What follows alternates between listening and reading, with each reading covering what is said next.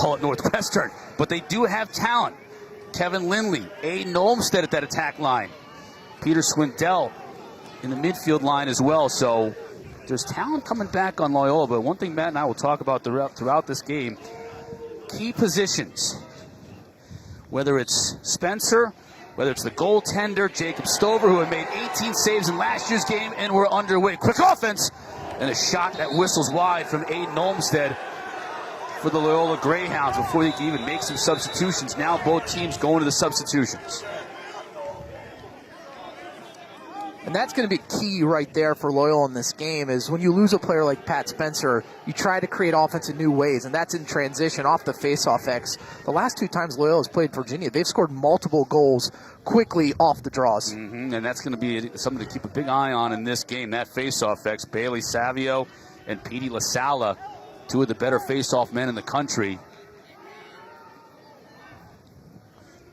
Greyhounds now with the first possession. There's a shot right into the stick of Alex Rode, who turns it over, though, on the attempt to clear.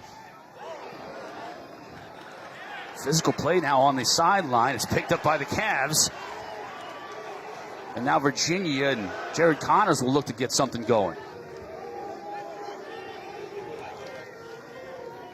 Here's Dox Aiken. He waits for Peyton Cormier. Now number 24 with the ball at his cross. Interesting story. Redshirt freshman, injured all of last year. He takes over for Ryan Conrad. And this is a player Virginia fans are going to love. He is an absolute tank. Takes that shot. Now Schaefer. Sam Schaefer was taking over for Jacob Stover, getting involved early and fired up as he pumps his fist to that Loyola bench. Stover made 18 saves in this game last year when Loyola beat Virginia to open the season and beat them pretty good. That's obviously a key for Charlie Toomey's team, is replacing Stover in goal and Schaefer getting involved early, making the save. Aiden Olmstead is going to be the quarterback of this team.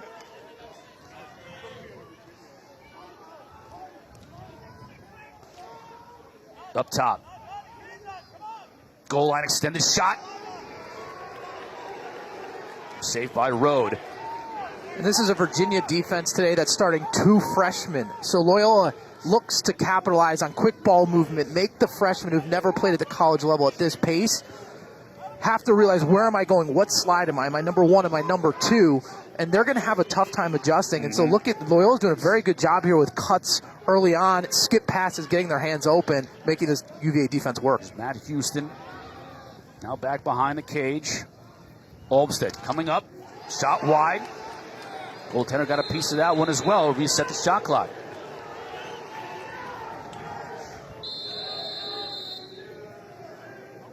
Alex Rode back in net for Virginia. Really played his best lacrosse at the end of last year, and you could even say in championship weekend his best lacrosse. Oh, without a question. I mean, he saved 50% on the year, but in the NCAA tournament, he was all tournament. I mean, he was out of his mind stopping the ball. I mean, think about the save he had in overtime against Duke. Yeah. Saved the game, no question about it. Just again, part of this veteran unit for the Cavs. Got a turnover from Loyola. Now we're going to get a push in the back. It's going to stay with Virginia. It is a chilly afternoon here in Charlottesville. Sun kind of peeking out from behind the clouds, but that's something too. You know, opening game of the season for both these teams, and it's cold, so it might take a little while to kind of get warmed up and get in the rhythm. Yeah, it was a nice day earlier when the sun was out, but it's behind the clouds now, and the wind has picked up, so it has definitely gotten chilly. Quick pass up front, shot and score! Ian Laviano gets the first goal of the 2020 season for the Cavs.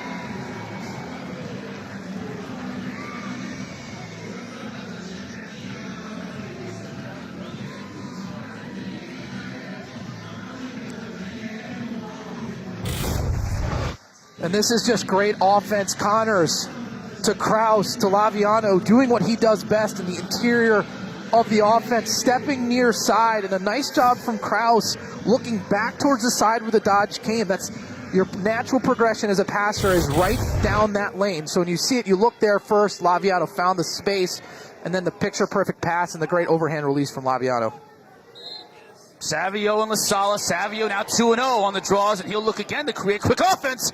The shot is off the mark, deflected before it got to the cage. Loyola backing up, they'll keep possession. Here's Lindley now to Olmstead. Back up top, Dan Wigley. Wigley didn't scrimmage with the team before the season began, nursing a little leg injury, but getting the start today.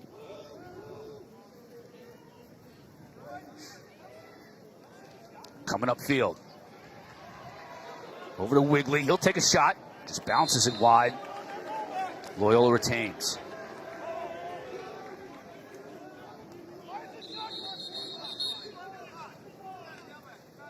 Get a quick whistle here.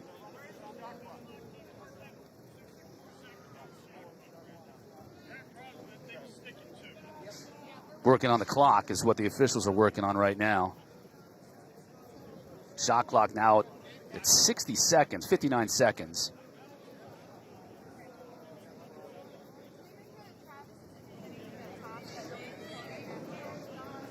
Yeah, these officials now are working to make sure the game clock and the shot clock are all in sync.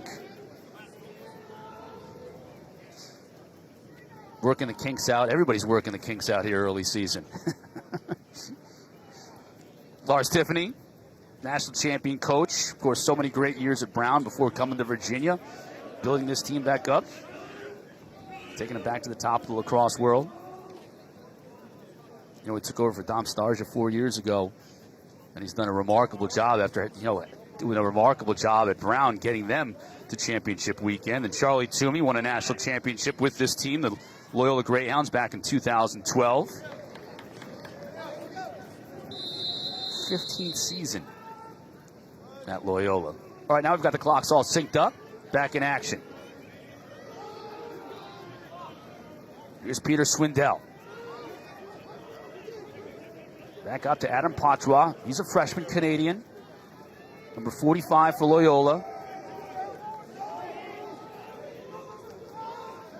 Shot wide. They are peppering Road with shots here early on. Well, that was a nice job by Chris Merle, the number 7, the short stick defensive player for Virginia, creating a low angle shot there. Alex Road in the cage was able to stay in his pipe and really make that a difficult shot. It's a shot you like to take, but it's also as a defensive player you don't mind giving up as well. Wigley now with Olmstead. Wigley's going to take it behind the cage and start it from X.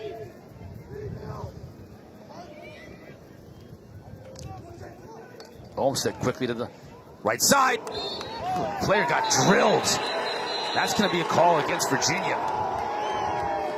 Kyle Kaloji just came out and leveled the shooter for Loyola. And that was Ross Pridemore, a young man out of Atlanta. He got decked by Kaloji, and Kaloji will head to the box. And Loyola looks sharp offensively. They are moving the ball quickly. They're finding the space in the shooting lanes to get their hands open. Virginia looks to be quick to slide, which is a little surprising to me. For a team that lost its best dodger, you think maybe defensively you would try to say, hey, someone prove that you can run by us and score. Right. But Loyola is taking advantage of Virginia's slide packages, and they've had a number of high-quality shots. Minute man-up opportunity for Loyola Greyhounds.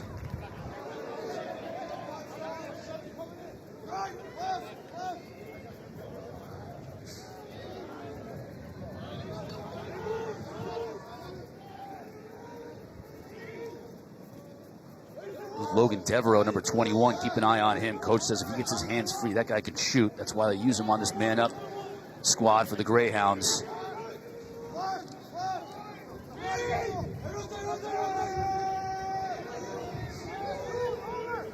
Tough angle shot. Road goes down to make the save. Olmstead couldn't beat him.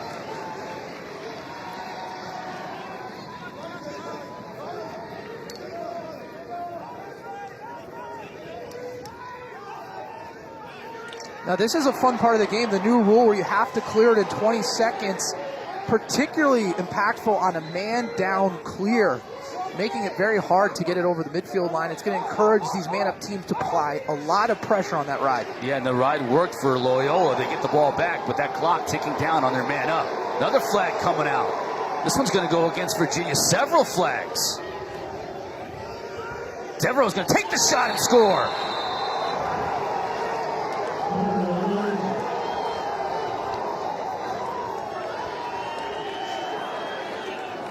Unsettled situation there, Matt, and Devereaux and the Greyhounds took advantage.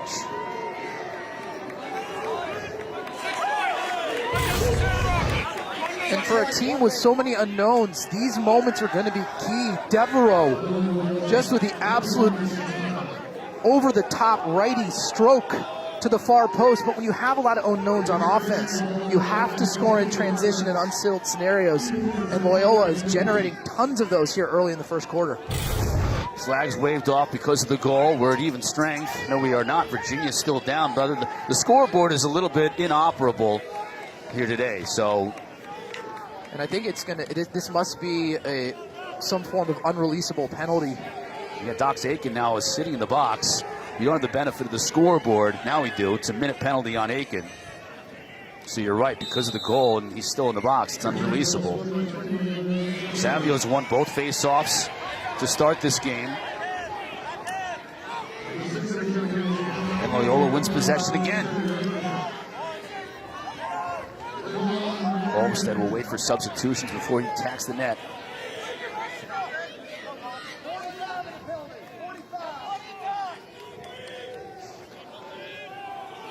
Clock's being kept on the table, by the way, scorer's table here on the field, which is why you won't see it on your screen. Scoreboard clock and the play clock are not quite operating up to snuff, so we'll keep you up to date on what the clock says. Shot wide of the cage, battle for the end line, and it's going to go to Virginia. Big time hustle that time by Will Rock, the long stick midi, to get possession of the Cavs. That was like picture perfect boxing out, like a basketball player there by Rock. It is February. Now a full head of steam for Regan Quinn. Virginia looks to strike quickly, and Laviano's shot goes over the top.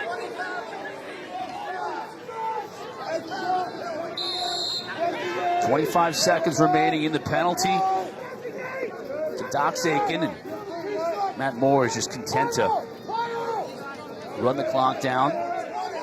Back up top to Jeff Connor. Now 15 seconds remaining. Man down for the Cavs.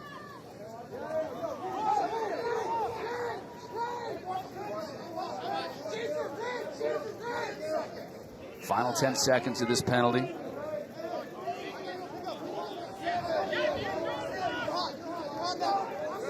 So we think. Scoreboard isn't doing us any favors either. We're doing our best to count it down in our head. Now the penalty release, we're at full strength. The longest 10 seconds of my life. And right out of the box, Aiken tries to take the shot. It's stopped by Schaefer. Loyola looks to attack. Olmsted, quick pass. Lindley behind. And Schaefer looking solid in the cage for the Greyhounds. A couple poor shots. This is a first career start. You may want to be a little more patient to get the better shots early on rather than build some confidence in Schaefer and cage. But he is a big body with quick hands and looks particularly sharp here.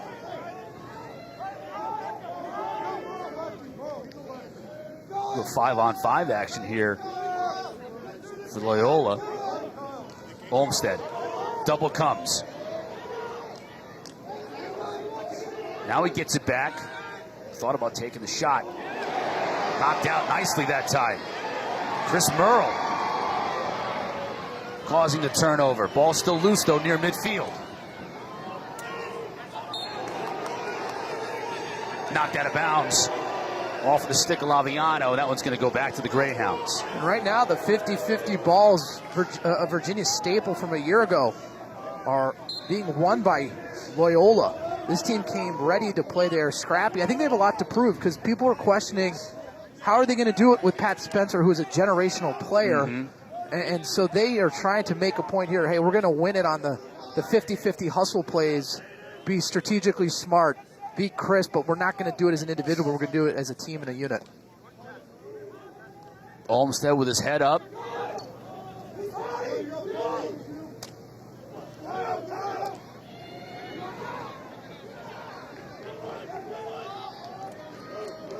Devereaux, the goal scorer.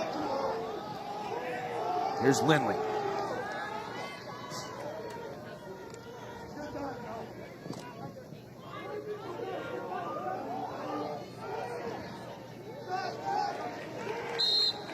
Ball staying with the Greyhounds.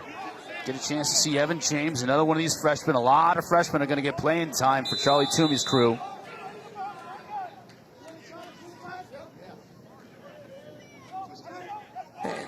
The shot clock is having all kinds of issues as Yeah, well. we're If you're having an watching, issue trying to follow it. A second is about 3. That's what these officials now are just trying to get straightened out, because the players can't. The players have no idea. The shot clock in the corner of the field here at Klockner hasn't been working all game long. It's not in sync with the game clock. The scoreboard clock in general is not operating, so all the time is going to be kept on the field. I mean, that was 55 seconds and about 17 seconds clipped off the time or the shot clock. So.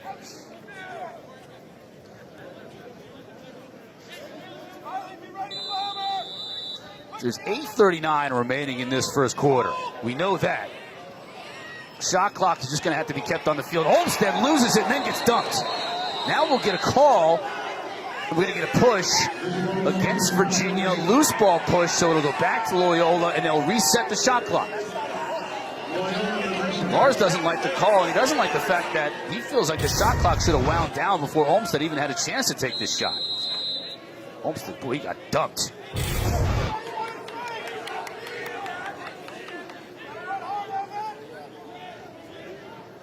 And the shot clock's froze on 77 right now. Yeah, they can't use that clock. They're just going to have to go without it. Beautiful save. We'll get an in the crease violation here, but that was after Alex Rode made a great save for the Cavs. And Rode picking up where he left off last year, playing great position, following the enclosed shots. Look at the movement.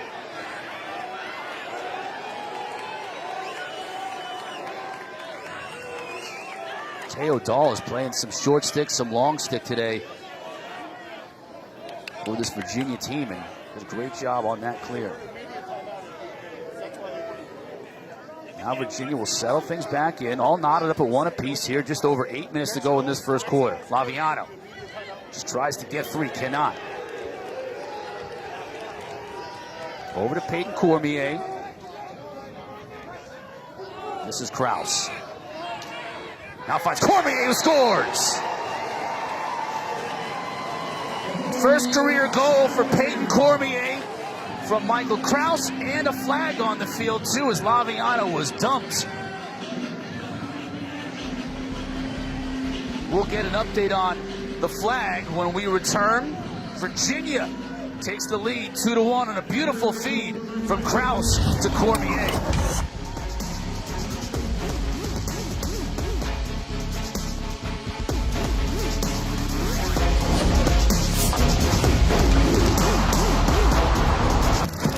Virginia won the ACC regular season last year. They won the tournament, and they won the national title, too. They just ran roughshod through the league. After a rough start, they were 2-2 overall to start the year last year. With losses to Loyola and High Point. And so this was a team that just got better each week. And again, they got that off their back, beating Duke for the first time in what seems like a century. And then in the national championship game, they just took over and dominated a Yale team that has probably the most impactful player in the country, T.D. Irwin. But this Virginia Cavaliers team, 17-3 last year, they put on a show. If you thought the basketball team run to the national championship was impressive, this was more unlikely. I mean, the fact that they won that Maryland game, if you had the probability of winning that game like you see on the basketball, it would have been 0. Yeah. Like there's no it's chance you win. 99.8% against you. And the other thing too, keep in mind with the Cavaliers is that, you know, in 2018, the senior class of 2018 won their first ACC game that year. That's how long it's been since they've really been even relevant in the ACC. In the space of 2 years, finally making the NCAA tournament in 2018. They were able to take that and build upon that. And even though they had the rough start last year, raising the banner as national champs today. And they got healthier on offense, but it was the defense that really came together and started playing as a unit. When early in the season, it was a lot of individuals.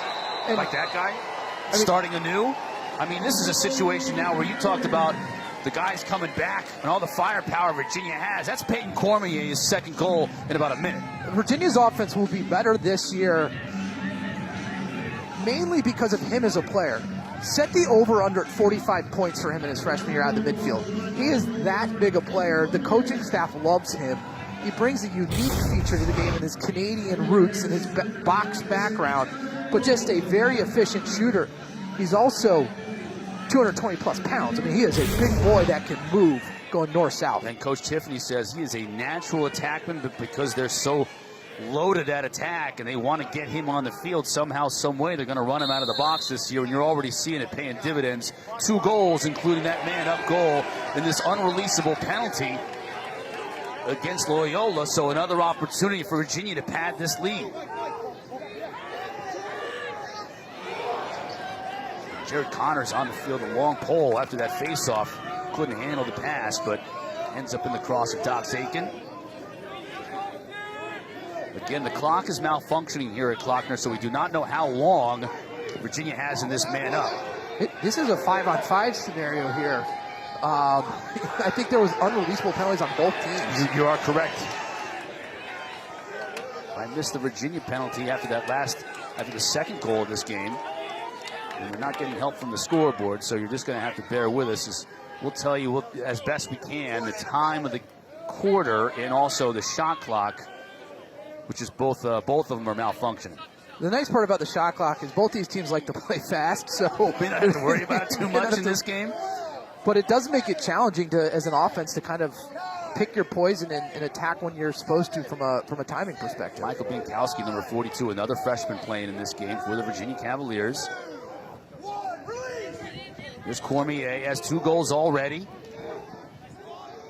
Shot wide. Krause took it. He has 2 assists in this game, so let's make note that he's 1 assist shy of becoming a 100 assist, 100 goal guy. He would just be the 4th man in Virginia history to get to that mark. Pass is deflected. Binkowski picks it up. Now double team on Aiken. Teams are at full strength now. Moore, what a move. Couldn't get it on Cage.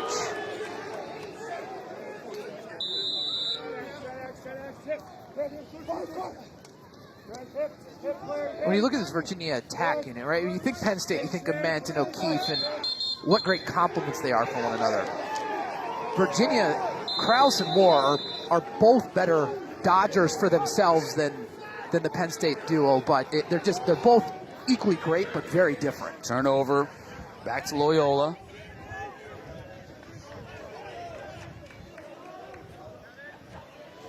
Ross Pridemore, number 16. That's Lindley with the ball in his cross from X. He'll look to dodge. Lindley being guarded by Bauer, a top 15 recruit in the country, a freshman from Texas. Mm-hmm. Virginia missing Kate Southstead today, their best defensive player. Got a leg injury, just nagging injury after last year, and couldn't get it to heal on its own over the summer, opted for surgery. He'll be back shortly. He just, wasn't quite ready for this game. And Coach Lars Tiffany saying discretion, the better part of valor there to keep him out maybe 1 or 2 more games.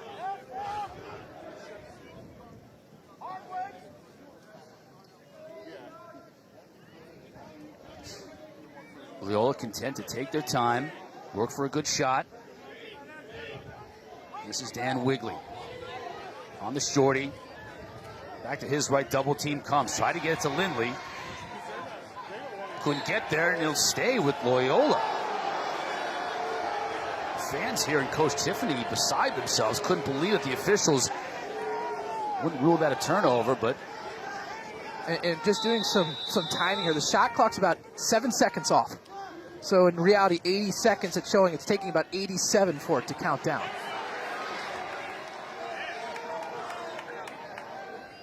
Greyhounds turn it over. Here come the Cavaliers.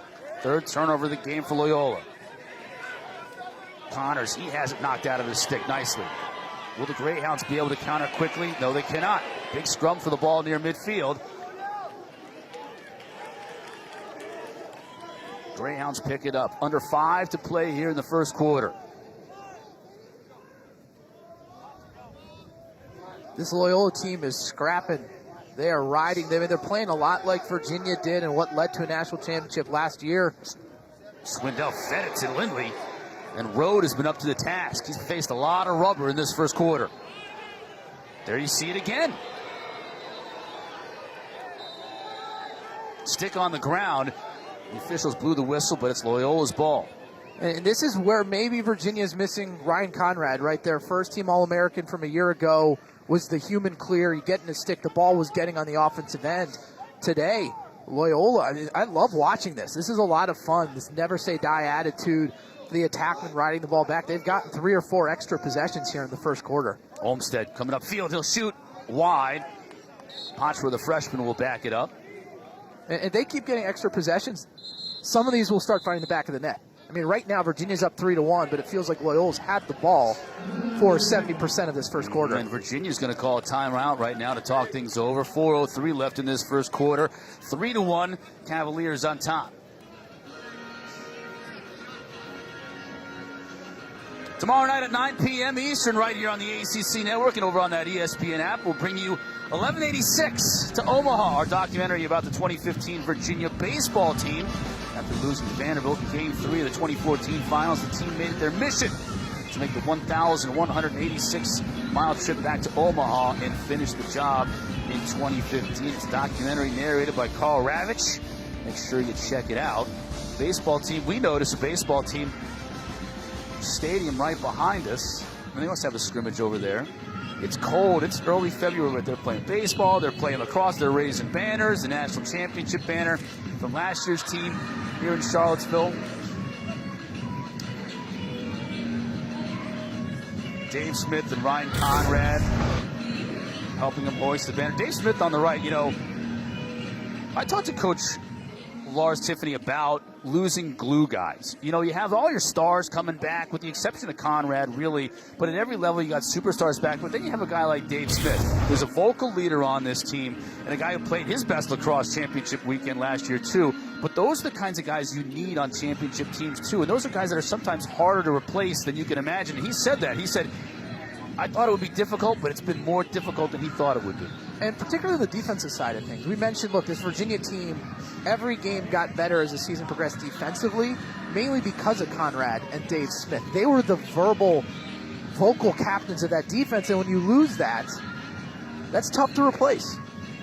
And it puts the onus on a guy like John Fox, who's one of the captains of this Virginia team, coming back from that short stick defensive midfielder. And Tiffany said he's salty. He's the top captain. Of all the captains, he's the captain of the captains. And everybody leans on him now, especially with the guys like Dave Smith and Jama and the other guys they lost from that rope unit.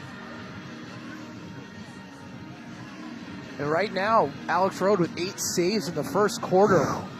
Standing on his head. Yeah. Again, I think Virginia's done a nice job forcing low-quality shots from the Greyhounds, but Rode has also stolen a few that should have been in the back of the cage. No goals in 7 minutes. And look, Virginia's going to need to flip something here to get more possession, because you can only withstand so much as a goalkeeper. Evan James now working upfield. Over to Olmstead. That's Devereaux. Scored the lone goal for Loyola. Olmstead takes a shot right into the midsection of Alex Rode. And that's right there an example of one of the low-angle shots that you have to avoid. You get your hands free. It doesn't mean you need to take the shot. Kaloji looking to clear for the Cavaliers. He does. Now he look to hand it off. Here's Michael Kraus. Over to Jeff Connor. Here's Jack Simmons now as Tiffany goes to some of his midfielders down the line. You saw Peyton Cormier on the field now with Simmons. Moore. He'll look to get free. Back to his left, now to his right against Sly Tubbs, and he scores anyways.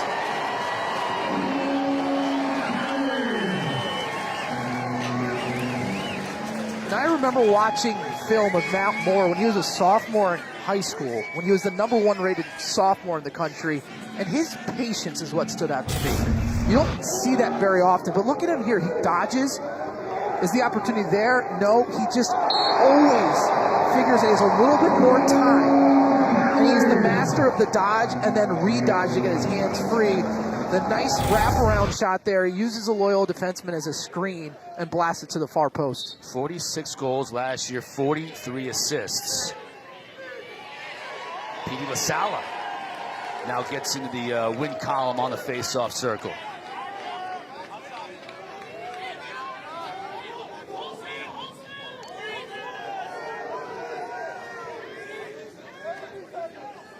Substitutions. Now Aiken. Virginia should have an opportunity out of the box in the substitution game. Here's Regan Quinn. Nobody picks him up. Back over to Aiken. Bounce shot. Saved by Schaefer. And what a save by Schaefer. I mean, that's Dox Aiken, probably the best range shooter in college across. Bouncing it far enough out where it actually went low to high. And Schaefer does a nice job with his body blocking that. Very impressive. Schaefer, big, 6'3", 235-pound junior. In net. Shot. Oh, wow. That was close. 3/4 length of the field shot. And Rode had to dive back, although it did whistle wide of the net. And it was enough for Loyola to keep possession. That's interesting with that 20-second shot clock. You have to get it past midfield. You see a lot of those long-distance shots. Well, especially for a Virginia team that does kind of this modified 10-man ride where they bring Rode out of the cage and they then take an offensive plan and bump him forward. A great outlet by Rode. As Chris Merle was trying to generate some quick offense, but it ends up being a turnover. Now we get a whistle. We get a push against Loyola. It's going to go to Virginia. Rode with yet another save.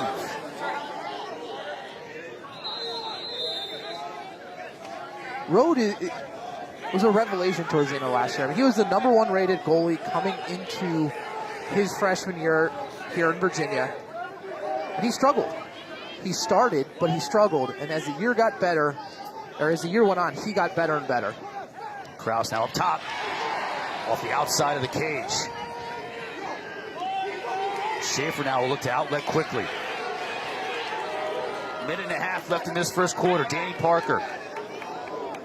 Matt Higgins, rather, I should say, for Loyola.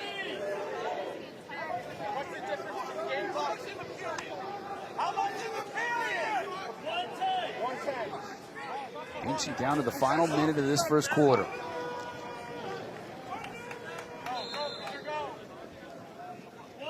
Loyola keeps possession.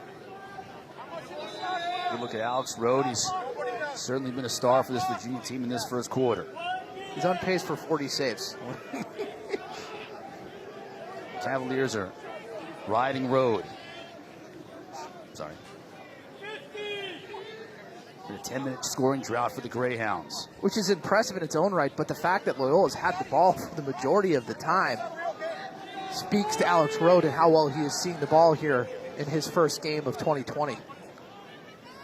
Aiden Olmstead looking to generate offense from X. Took a stick to the head, no call, and a shot by a save by Rode. Final minute of this first quarter.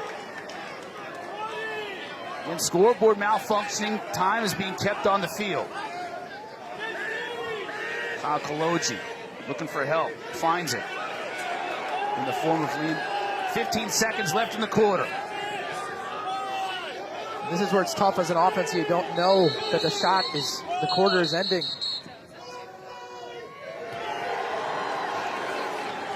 Offside penalty against Virginia, so final couple of seconds here. Louisville, the Loyola. Now they blow the horn.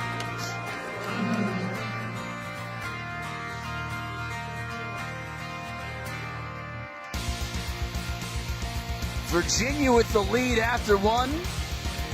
Peyton Cormier, the redshirt freshman, his first 2 goals as a Virginia Cavalier.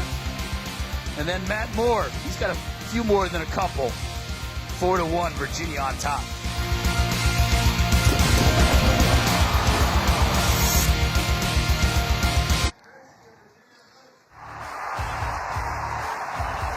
ACC Network is your home for lacrosse in the ACC, the premier lacrosse conference in America. Got games galore. You know, in previous years, Matt, and you and I certainly been doing this for a few years, we had a game or two in February on ESPNU and get into March. Now with the ACC Network, this is the best thing that's ever happened to lacrosse fans.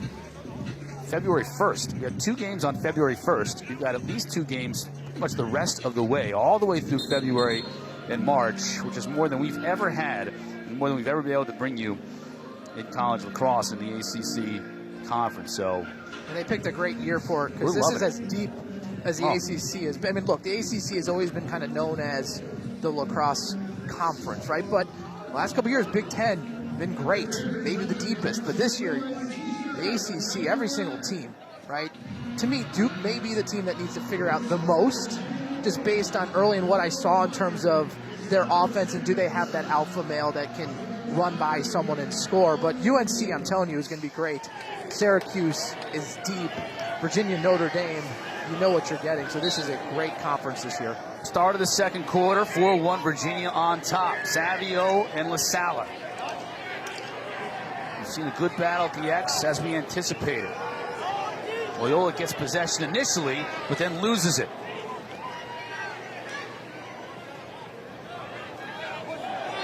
Moore in there battling for it. We'll get a whistle.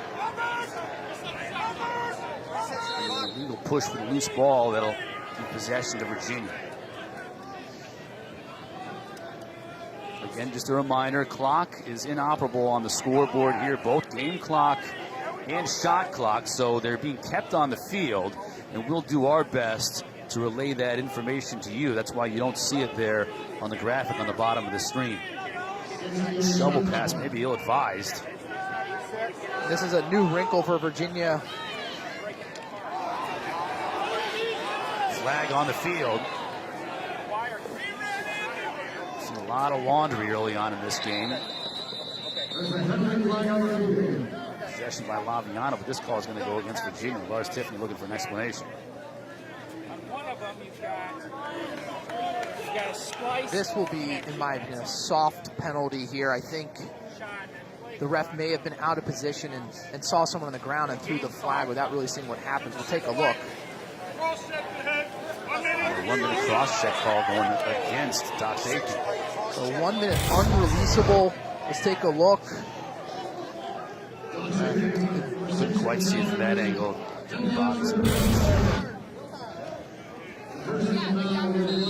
Disgust from Coach Tiffany.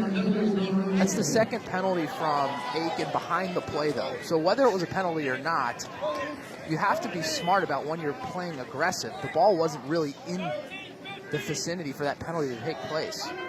And so now you're man down for a minute unreleasable, which can, look, be a 2-goal swing real quick. There's 1 goal right there. There's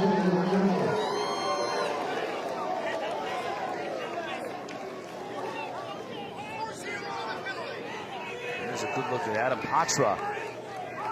Canadian from Hill Academy, the freshman, getting his first goal as a member of the Loyola Greyhounds. And the subtle play there is Patra. Watch these 2 steps he takes up the field. That may not seem like much, but if you look at his ball placement and where he put that shot and where he located it, it was all made available because of those 2 extra steps up the field. It's the small things that make great shooters. And that penalty to Aiken is unreleasable, so Loyola gets 1 back. Will they get another one? They're going to have a harder time here, though, because of the face-off violation against Savio.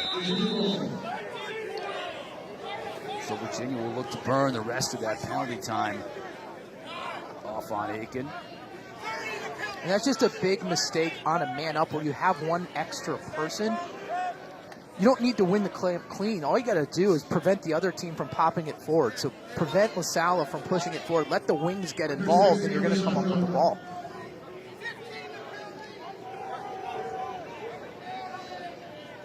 Four straight faceoffs now for the Cavaliers. You know, LaSalle is kind of starting to take over a little bit there when Billy Savio got the better of him the first couple of them.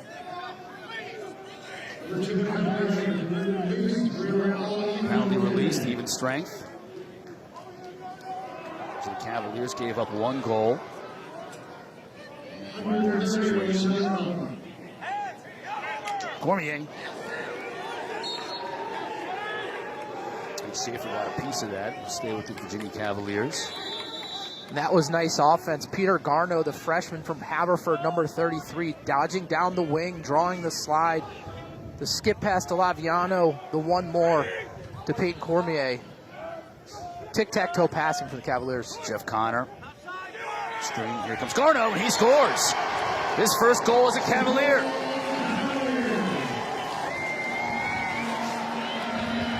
Garneau, a big-time recruit, known as an outside shooter. That right there is what he is known for. He is a stretch shooter.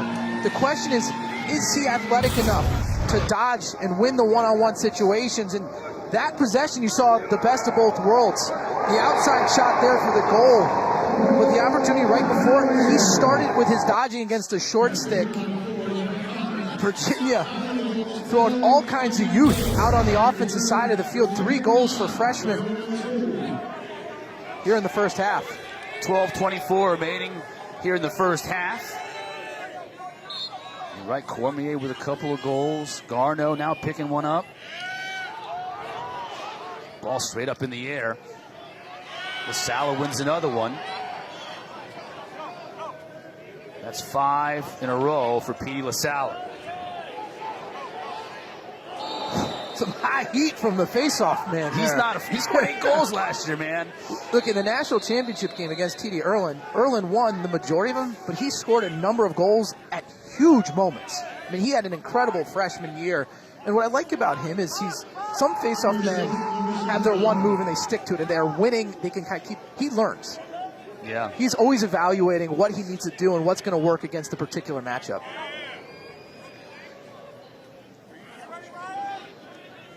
Aiken. Beautiful feed down low to Moore, and he finishes.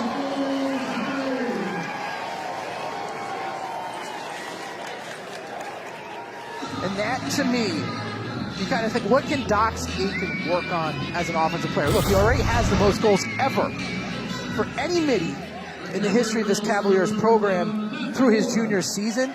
He's struggled as a passer.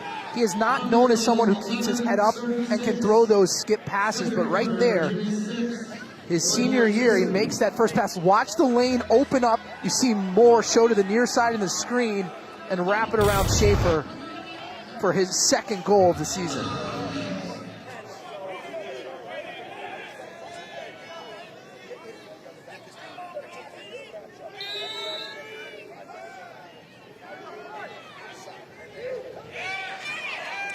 LaSalle wins the rake. Trouse is almost there to pick up the loose ball. Still loose. Connors had it briefly. Just shovels it over to Laviano. And 6 in a row now for Virginia. They're really starting to take over that face-off X. And face-offs are always incredibly impactful in the game of lacrosse. But today for this Loyola team, even more so, just because they have so much unknown on offense. Look, most teams lose great players every year. Pat Spencer was incredible. I mean, what he was able to do over 4 years, the most assists in college lacrosse history, second in points. I mean, it was so fun to watch him play, but this Loyola team's got to learn who's going to be that person for them to take up that crown. Moore scores. He made that look easy.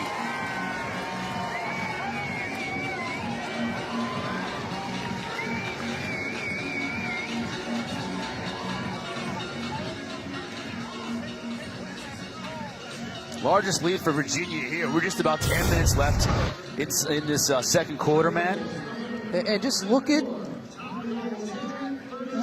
the spacing and the location of where he does his dodge to get that high. And look, there's no one near him from Virginia, so Loyola has no one who can slide adjacent to put double team pressure on Matt Moore. And if you leave him on an island, he's just too strong and too smart and too well balanced as a dodger. You're going to be in a very tough spot, and he gets his hat trick here in the first half. Loyola needs Bailey Savio here. Stem the tide, and he does, winning this faceoff. Here's Ryan McNulty. He's not afraid to mix it up offensively. One of the best long stick middies in the country. He'll come off as both coaches now make their substitutions. If you're Loyola here, you look though, I mean, 10 saves for Rode in the first half, really in the first quarter. So you're getting the opportunities, no need to panic. Face-offs come in spurts. Keep doing what you're doing. Looking to get free from X. Slide comes. Had no shot. Watch Danny Parker. This guy can fly.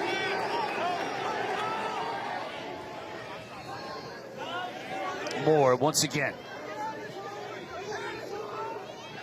This is where Virginia is so good in the substitution game and the slow break.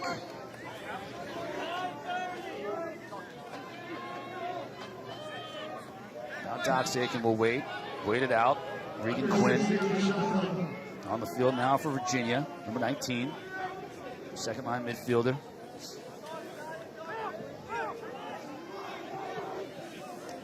And Virginia's going to have an opportunity here again in the substitution game. And a great move and goal by Regan Quinn.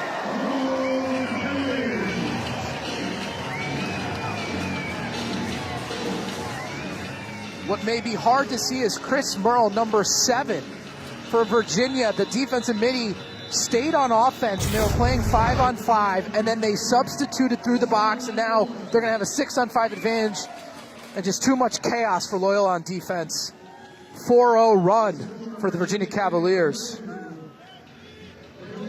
Timeout on the field. We'll take it with him. Quinn's first of the year. Virginia hot on offense. Largest lead of the game.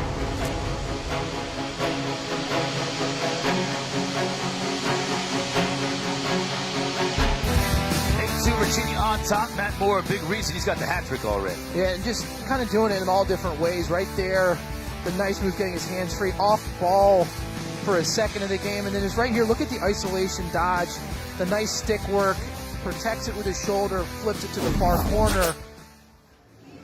10th career hat trick. He had 89 points in his sophomore year as his first year of starting attacking. He was a midfielder. Right, and so he's only going to get better. The learning curve for him was pretty darn quick. It's going to keep going in an exponential direction.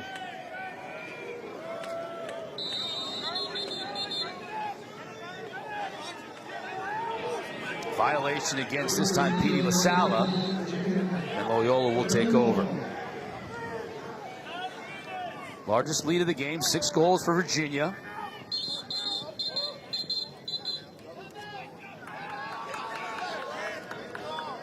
Another timeout. This time, Charlie Toomey and Loyola taking the timeout to talk things over now that they've got possession. There's a good look at Charlie Toomey. 2020 is Clemson's inaugural D1 softball season. Will have their first ever home game Wednesday when they square off against Western Carolina in a doubleheader starting at 2:30. Both games, Clemson and Western Carolina, right here on the ACC Network and on the ESPN app.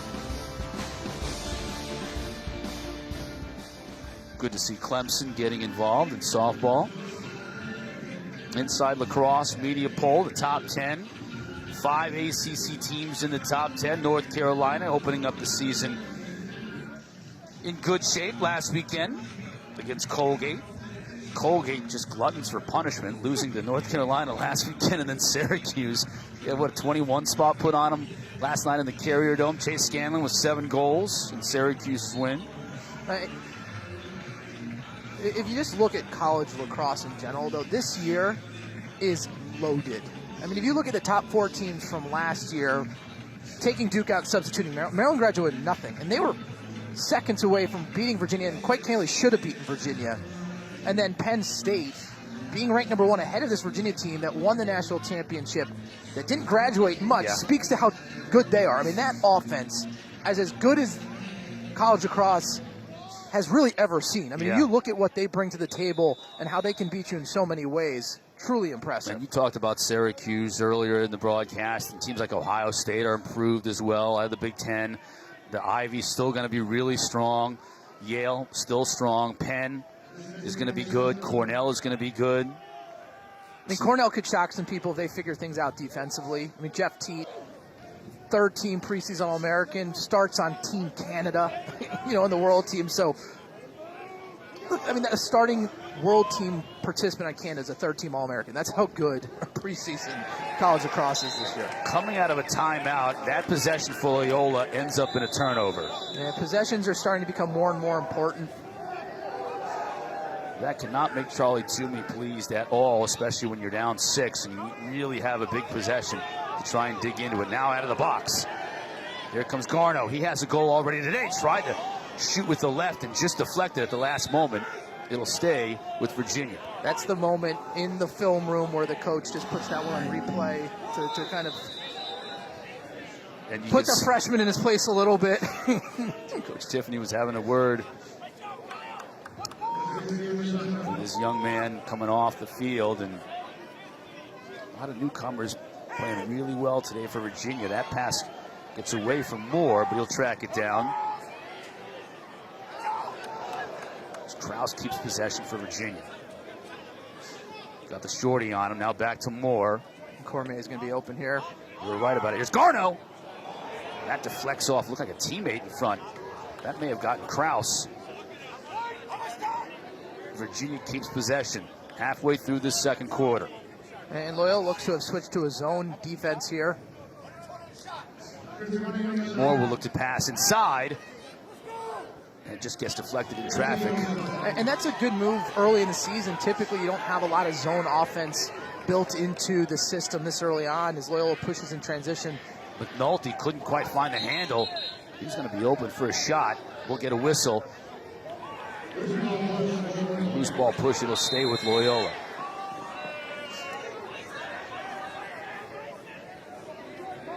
Again, we apologize for the clock being inoperable. We'll try and keep you up to date as best as we can on the game clock and the shot clock. Both are out here at Klockner.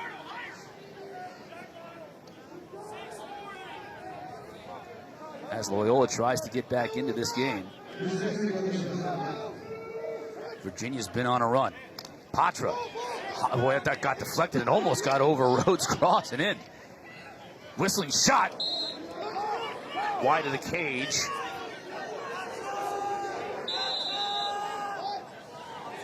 Now McNulty couldn't quite sky up high enough to pick that one up. Virginia does, but they're in a little bit of trouble here. That's a nice job by Fox. The D-Midi feeling the pressure, rolling to the interior of the field.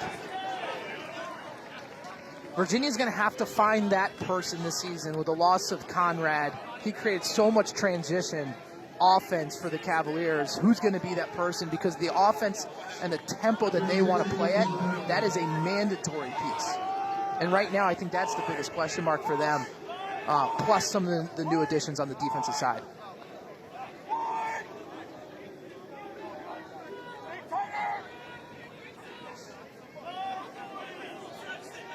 There's Quinn.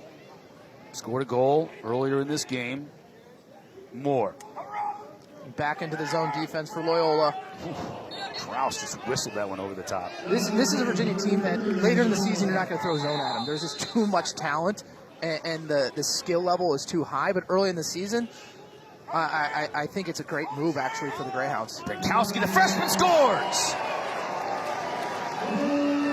As I say that, a miscommunication, and the freshman nets his first goal of his career. We've been saying that a lot today, haven't we?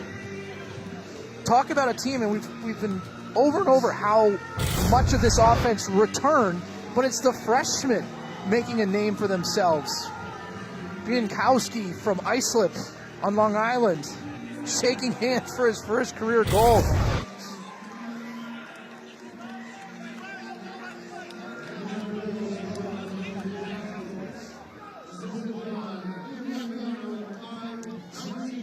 Laviano on the assist.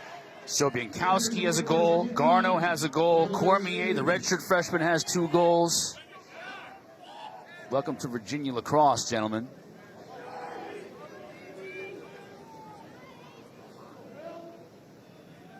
Cavaliers on a 5-0 run to really wrestle control of this game from Loyola. And if the Greyhounds want to get back into it, Savio's going to have to win a bunch of draws, and P. LaSalle wins this one. Connors now. He can stretch it. Opts to pass it. Great catch by Laviano. Just over to the top. Laviano shaking up a little bit. He may have gotten a little Charlie horse over on the far side. Keep an eye on number 3. Looks all right. Here's Cormier. Couple of goals for the Canadian. Redshirt freshman. Garneau. Ball in his cross. He had one earlier. Jeff Connor. Laviano fired this one. Nice save by Schaefer. 4:40 left in this first half. Beautiful pass. Lindley just couldn't get enough on it. Greyhounds backing it up. They'll keep possession. And Lindley scored 60-plus goals last year. But right there, nice defense by number 25, Scott Bauer, the freshman from Texas.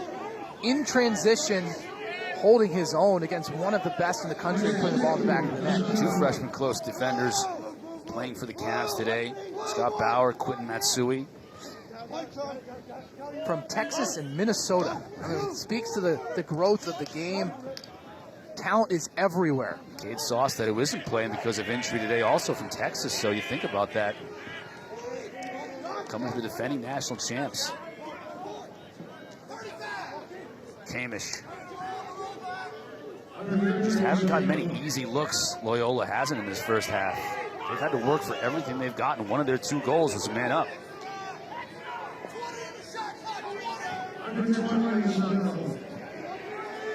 Shot clock now under 20. Olmsted will roll. Hits Lindley behind the cage. Road coming out.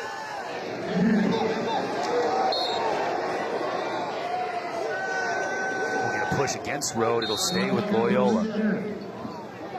They'll reset the shot clock.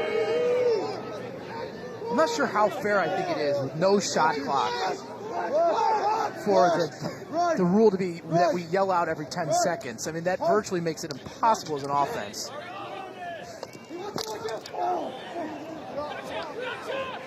Chance here. Road has just been solid all game long. He's playing with a new stick today. He went back to the deeper pocket and talking with goalie coach Kip Turner as Virginia's on the doorstep. Pings it off the post. But talking with Coach Kip Turner, he said that was the difference maker last year, that he changed sticks to a deeper pocket where he was controlling and catching many more of the shots than he had been early in the season when he had been giving up a lot of rebounds.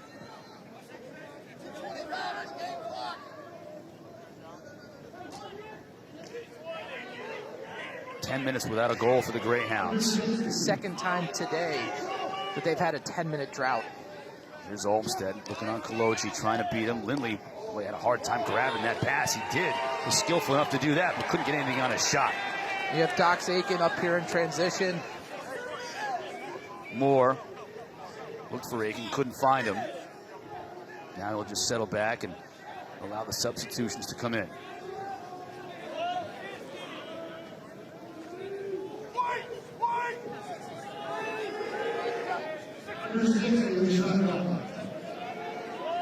Now Aiken over to Cormier. And this is a new offensive wrinkle here. It's a 2-man game with Krause and Cormier. Cormier tried to force a pass through traffic, didn't get through. That's his second or third turnover today, so the freshman, while he has 2 goals, those kind of cancel each other out. Maybe be a little bit more patient. I know he's excited to get in the game after basically waiting for a year with his red shirt. Lindley will have all kinds of space, and Road makes the save.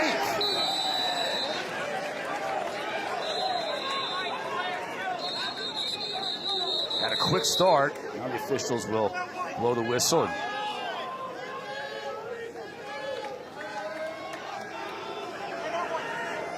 Timeout on the field. Alex Road, we talk about all the offensive firepower that's back for Virginia. Man, he's been solid in goal. Spectacular. 13 saves in the first half. Again, playing his angles really well. He's giving up no rebounds. right there. I mean, again, catching the ball from that in close, easier said than done. Again, he was NCAA All-Tournament team last year, a national champion, but a question mark candidly going into the season. Right now, this year, Virginia's got to look at their goalkeeper as a strength rather than a question mark. Wasn't the starter. Remember the beginning of last year? Tiffany was kind of flip-flopping on Birkinshaw and on road, trying to figure out who was going to be the starter. And in that game, the opener last year, when they got beat by Loyola, Stover, the All-American goaltender for Loyola, makes 18 saves, many of them in the second quarter of that game, to really, tip the balance in favor of the Greyhounds. And we're sort of getting a mirror performance of that here today, but this time it's Rode, not Stover, who's making the saves. Well, I mean, last year against Princeton, he got benched. Birkinshaw, the freshman last year, came in and had 20-plus saves. But then the next week, Rode was so good in cage, in practice, that they went back to him. Yeah. And he played well against Syracuse, and he won that starting spot from that moment moving forward. And it's amazing how far confidence goes, particularly in the cage. He certainly has it today. 13 saves. We're still about 1:40 from the half. And I say that because the scoreboard clock is out here at Klockner. 1:07 left in the first half. That's about 1:40. Rounding down. Shot clock is also out. So you're in the dark at home. We're in the dark here at Klockner. We're loving the fact that we've got lacrosse in February. A little chilly weather causes the scoreboard to malfunction. We'll take that. We know it's in the second quarter, right? Yeah, second quarter. Now under a minute left to play here in this first half. Can Loyola generate some offense to at least get a little momentum going into the half? This is a freshman on freshman matchup here. Joey Kamish from Detroit, Michigan. The Michigan Player of the Year. Matched up. Using a pick from Patra. Shot sails over the top. 20 seconds in this first half. Patra now will put it in play. Lindley's open in front, and he scores.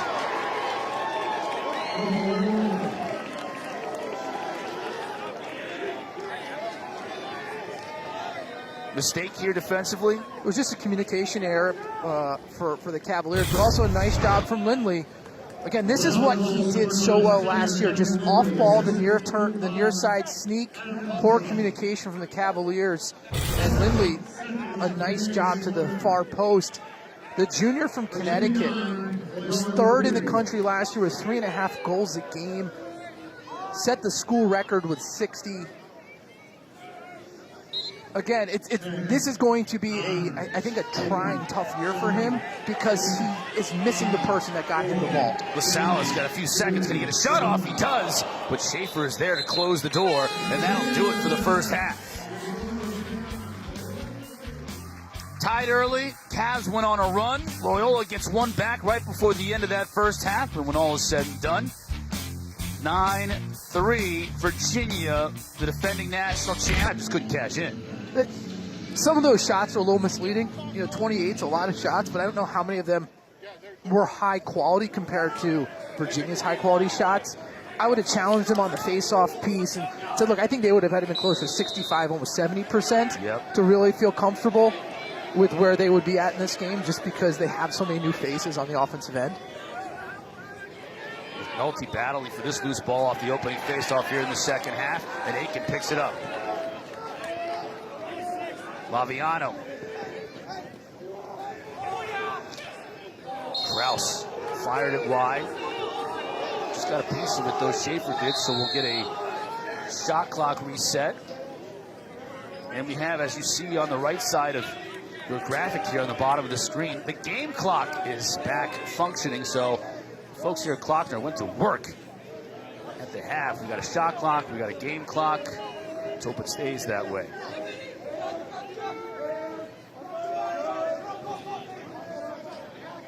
And again, Loyola falling to the zone defense. Aiken shot. Almost hit his teammate Matt Moore. He's backing it up. Moore with a hat trick in the first half. Connor back Back to Laviano, more behind the cage. Here's Kraus. Leaking back to Kraus, again high.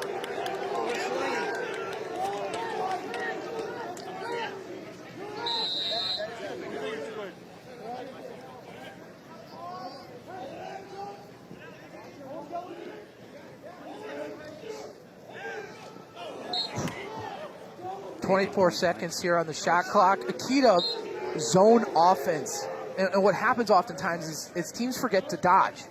You have to force the issue and put pressure on the defensive player if you want to generate high-quality shots. And Virginia got a few there, but Loyola doing a nice job keeping them out of the interior of that zone defense. Ultimately, Schaefer making the save will go the other way. An opportunity to push here in transition. Alex Johnson with the clear. Chance and a score! Lindley scored at the end of the first half. He scores first here in the second. And so back-to-back goals for the Greyhounds.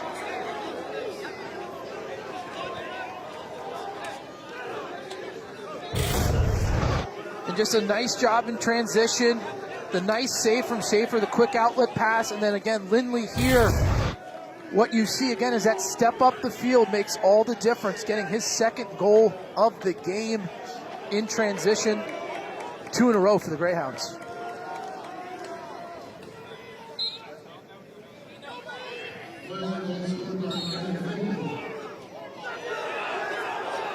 Sal's going to get the call against him here on the face-off X. Can Loyola dig even further into this deficit? Middleton. He'll shoot, and Rode is there to make the save.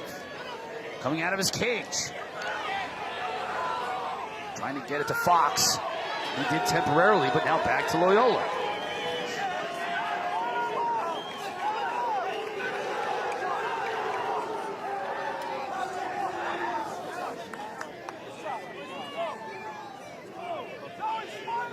Here's Dan Wigley, the junior from New Jersey.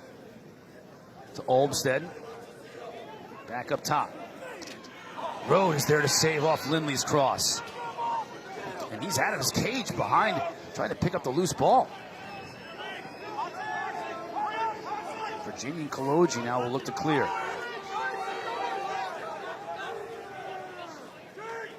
They're taken out of the box.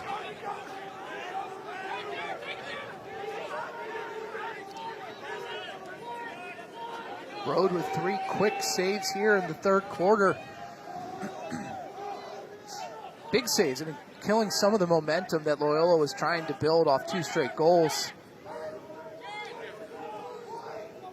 His positioning has been phenomenal today. He's been in the right place at the right time, holding his posts, giving very little net to shoot for. Scrappy, too. He's been out of the cage 4 or 5 times. Coming upfield. Well, Regan Smith had a notion. Instead up top to Laviano. One move and a score.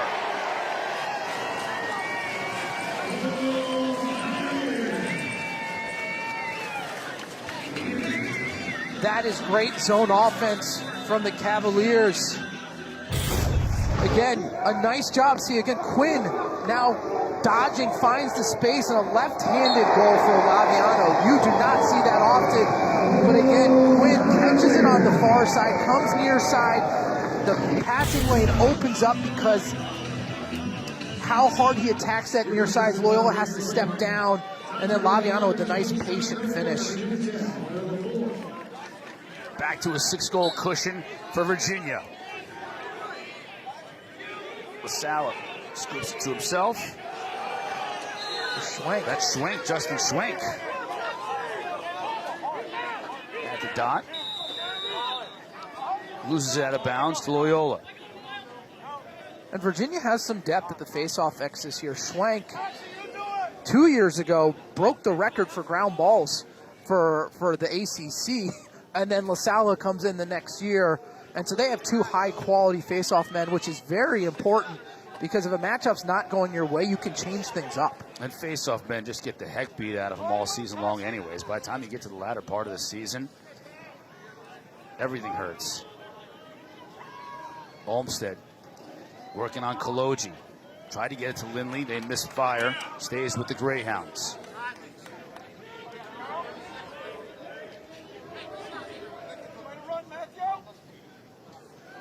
Just way too many low-angle shots, though, from Loyola. Olmsted may have not even been above the cage when he was taking that shot. They have to do a better job. They've only had success as they've been stepping up the field to create their angles. Kamish, freshman from Michigan. Over to Liam Bateman. That time it was Matt Houston, another freshman, taking a shot. Not even close to being on target, but Loyola keeps. Just another job by Virginia, forcing him to low-angle shots, though. Under 10 to shoot, you think. Kamish.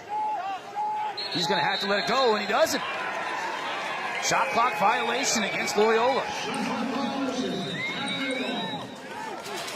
8 turnover for the Greyhounds on the day. And just a reminder, if you're just tuning in, we had the scoreboard clock and the shot clock were inoperable in the first half. We think we've got it all figured out, though, here in the second. Virginia will look for quick offense. Laviano, skip pass, deflected beautifully, and just stolen out of the air by McNulty. And he'll look to push. Lindley got knocked off his feet, Spinorama, and they'll lose possession to Virginia. And I mean, not a great outcome for Lindley there. Taken with the ground ball. But really, their only results in terms of putting the ball in the back of the net have come in transition. And so they're going to have to force the issue and try to take those chances, because on the 6-on-6, Virginia's just been a little too much athletically for them to handle. There's Cormier, a couple of goals, his first 2 goals as a Virginia Cavalier. The redshirt freshman, hurt last year. Now taking over on that top midfield spot. Loses his footing, but scores!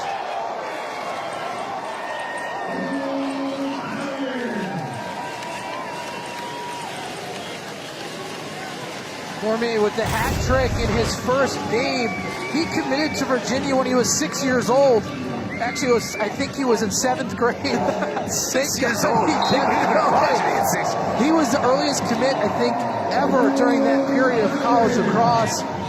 Good thing he grew. He is now a tank, over 6 feet tall, over 210 pounds. And then the skill here, you see the box fake, falls to the ground, and then the wrap-around shot. They absolutely love him here in Charlottesville and are excited to see what he can bring to the table on this offensive dynamo for the Cavaliers. Hat trick for the Canadian. The lead is now 7. Largest lead of the game. Savio wins it to himself. Kamish. Now we'll set things up for the Greyhounds.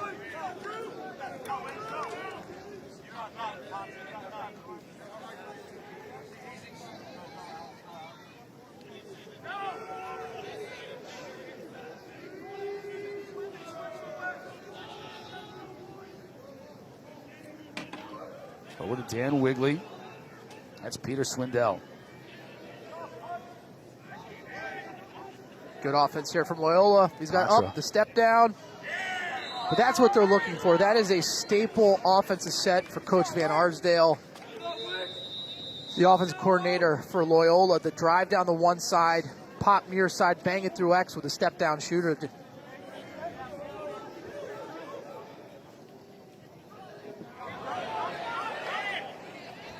Lindley tracks down the loose ball. Patra.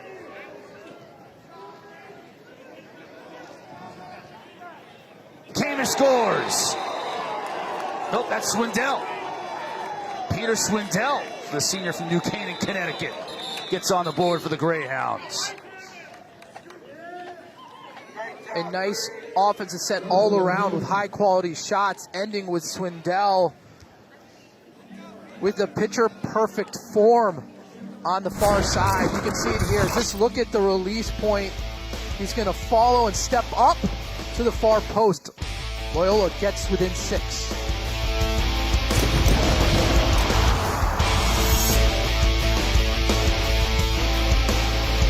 Last last year's Tuart Trophy winner, Pat Spencer, now playing basketball for Northwestern. Certainly, Loyola is going to miss him this year. You just can't replace a guy like that. But they do have Kevin Lindley, who's now 1 goal away from career 100. And Lindley and Spencer was a dynamic duo, 60 goals last year, and they just played so well off one another. Lindley now wearing number 7.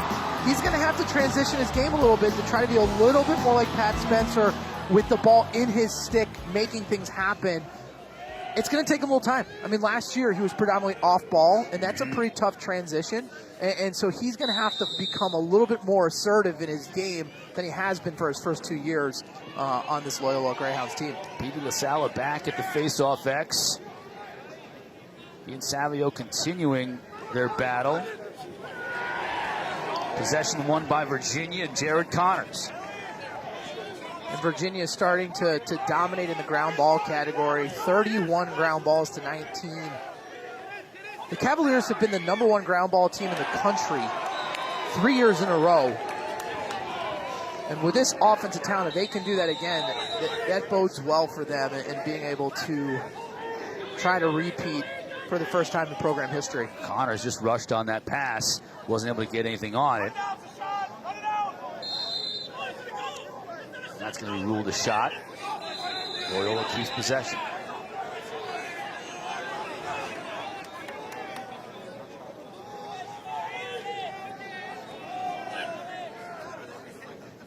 Lead is 6 for Virginia. They led by 6 at the half. Both teams trading goals here in this third quarter. James getting hacked. Keeps the ball, though. Spinning. Here goes Lindley. Head up, couldn't find a cutter. Kamish fires that one into the net, backing up the field. They'll stay with Loyola.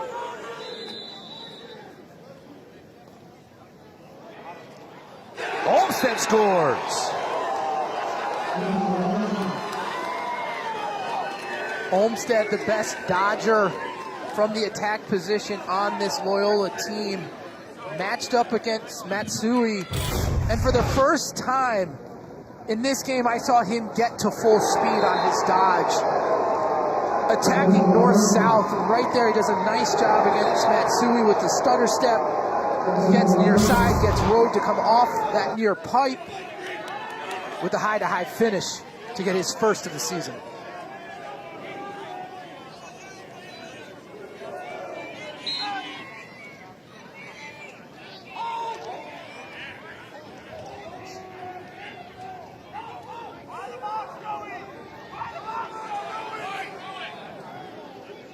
Ball still loose.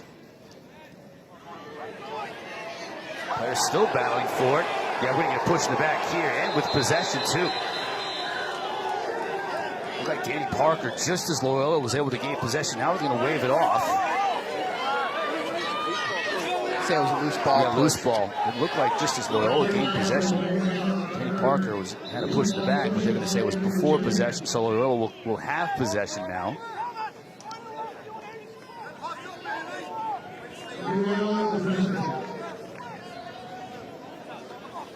So in a way, that's a break for Virginia, but Loyola now with possession still able to dig into this 5-goal deficit.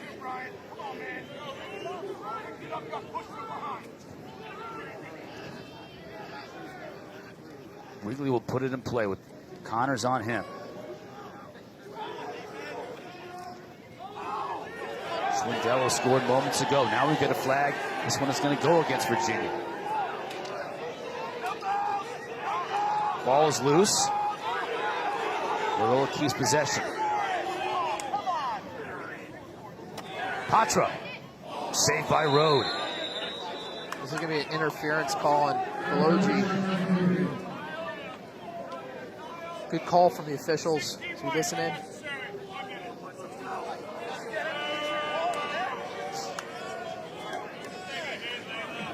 Kaloji will sit in the box for a minute. An unnecessary roughness call against Kaloji.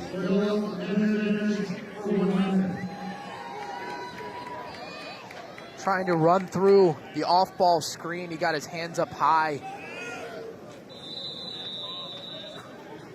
Loyola scored a man-up goal in that first half. One here would be huge. As we tick down to about 5 minutes left to go in this third quarter.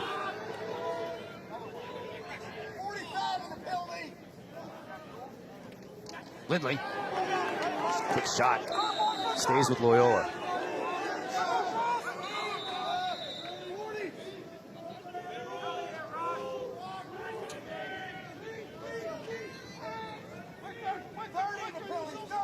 Here's Olmsted.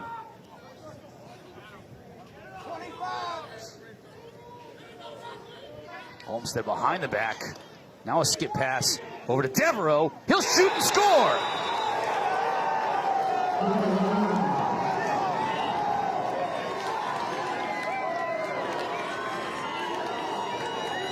That's number 2 on the day for Devereaux. Very similar shot from his first goal, but this all starts just a nice ball movement here. The behind the back from Olmsted, the skip pass through, the one more, and then Devereaux, high overhand release. The difference in this shot is he bounced it a little further out and elevated the ball over Rhodes' stick versus his goal earlier where he shot it towards the net in the air. Very nice outside shooter. A 3-0 run here for Loyola, 11-7. Big 6'5" midfielder out of Marietta, Georgia. Logan Devereaux gets the Greyhounds now to within 4 and possession after the hold on the faceoff.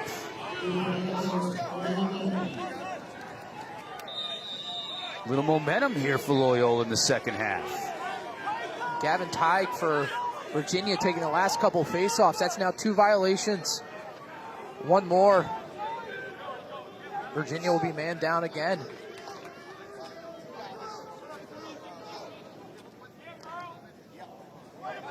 That shot by Kamish. Wide. Backed up by Riley Cox. First time we've seen Riley Cox today. Midfielder for the Greyhounds. Riley C is in the game as well. Number 42. Here's Cox. He's being ridden hard by Connors.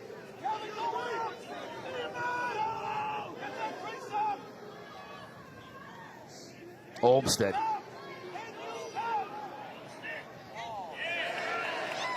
Just flew that one just gently into the cross of Alex Road. Easiest save he's made all day. He was looking for the interior pass there, but it was a nice job by Koloji with the stick check, but also a nice job from Virginia matching up on the interior to shut down the Greyhounds' offensive players. Now Virginia, for the first time in a while on the offensive end here, Matt, they've got to regain a little bit of this momentum. They still have that 4-goal cushion. They can get away from you in a hurry. Laviano just slowing things down. Substitutions coming for Coach Tiffany's crew. Laviano not fooling anybody. And he steps in the crease. That is a not top 10 moment right there. That's not momentum right there. No, that is not momentum. That's one he's going to want to forget. I can't forget that, though. That was amazing. He didn't fool anybody. He thought, this isn't working out the way I planned. I'll just step in the crease. However, they get the ball right back after an unforced error. Moore off of Schaefer. Now we get a late flag coming in, too, from all the way at midfield.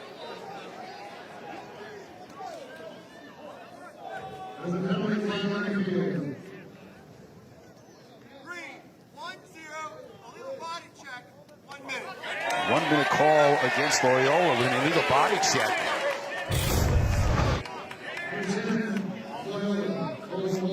And so I see that's a great call there on that. But I guess my question is, how is that not an unreleasable penalty when some earlier in the game have been? I think the unreleasable penalty versus something needs to change there, because it puts way too much discretion in the officials and how they call the game, because that was a high shoulder into the head of Dox Aiken. Cole Boland for Loyola now serving that penalty. Ball deflected straight up in the air. Laviano giving chase. Keeps it in bounds. But the Greyhounds get possession and a really nice play in the corner. Now we'll get another flag. This one's going to go against Virginia.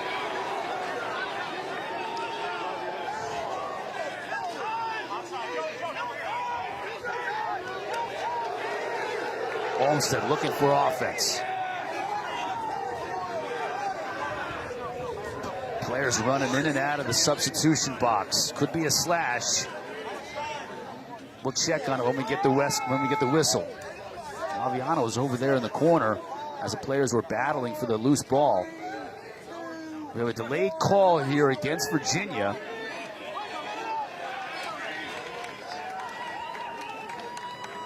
Swindell just drops it temporarily, picks it back up. Olmsted working upfield. Back to his right.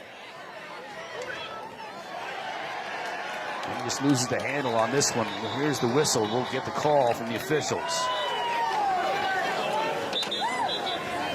There's a penalty flag on the field. Big call here with 1:21 left to go in the third quarter.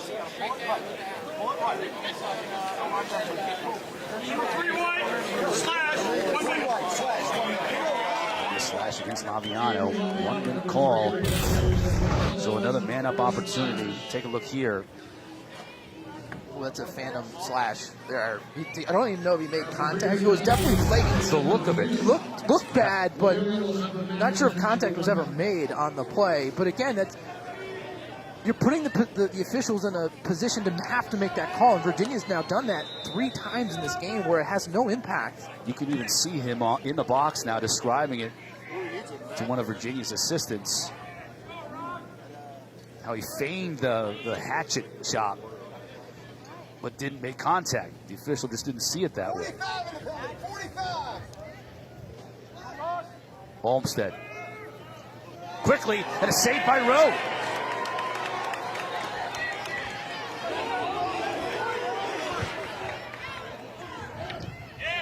That shot deflected.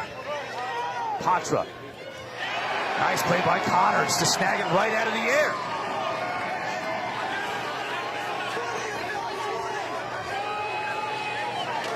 Virginia's gone 8 minutes without a goal, now trying to kill this penalty and get back on even terms in the final 30 seconds of this third quarter.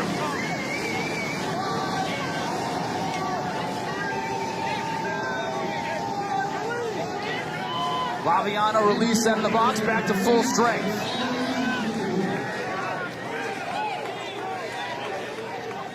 Here's Cormier.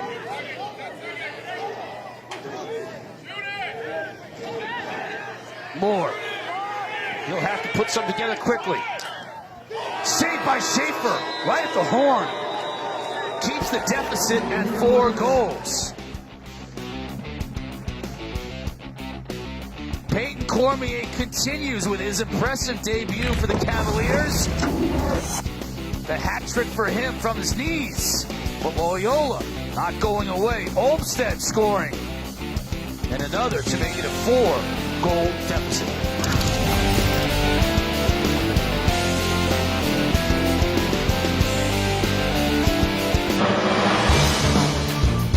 Entering the fourth quarter, 11-7, Virginia on top. As you can see Matt Moore, no surprise there. 3 goals and an assist for the veteran Virginia tackman. Peyton Cormier, though, a lot of fans here in Klockner were wondering what he would be like, the redshirt freshman. He's answering those questions. 3 goals himself, but Loyola, the team that beat Virginia to open the season last year, beat them in the playoffs in 2018, putting up a big fight. And Loyola has to be excited about where they're at in this game. Win or lose, this is a young team, a new team. And for them right now to be going toe-to-toe with Virginia, yeah, it's 11-7, but shots are 20-20 on goal. They're out shooting Virginia by 10. They're facing off well. They're battling. They got to be happy. This is something they can build upon, win or lose. Look at P. LaSalle, that football mentality to pick up that ground ball. Laviano, saved by Schaefer. Quick outlet to McNulty.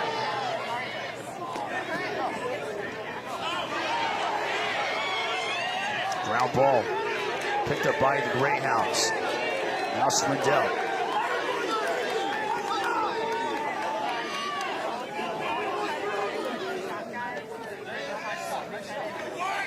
a scrappy team. I mean, they are going at it with Virginia, who I would think most people would say is probably the scrappiest team. Last year they have much of the same team back, and they're beating them at their own game right now.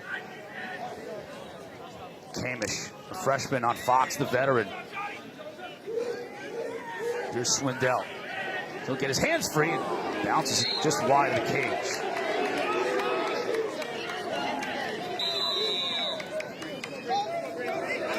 Virginia scoring just 2 goals in that third quarter.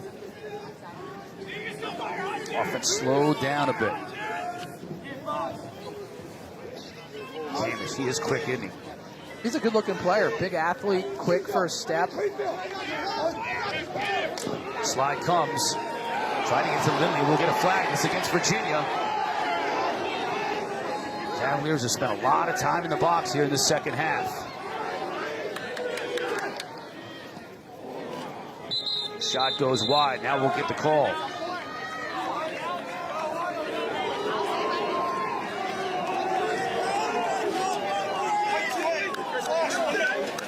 Another smash call against the Cavaliers. It's their 6th penalty in the game.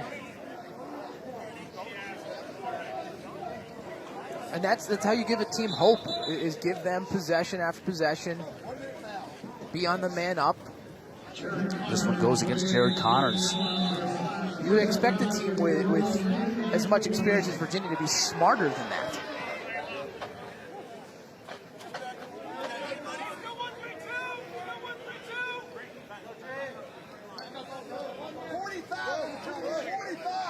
Patra, the freshman Canadian, behind the net on this man up for the Greyhounds. Devereaux has 2 goals, number 21. Here's Patra. Here's Devereaux. He'll shoot, go right off the Fox. That had to hurt. But he's doing his job. Ball never got to the net. Now we'll get another call. This one again against Virginia. Loose ball, so possession to Loyola. Another push in the back from Virginia.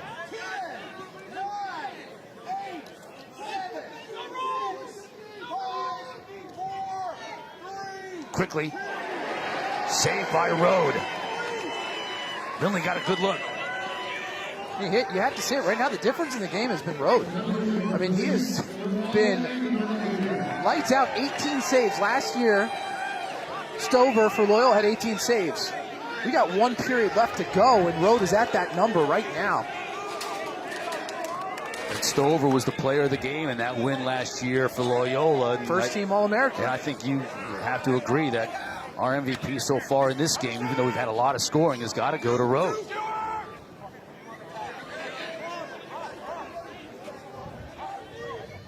Kraus gets some space.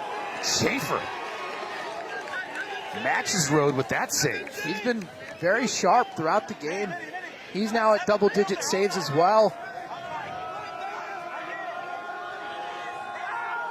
8 seconds to clear. Greyhounds will get it done.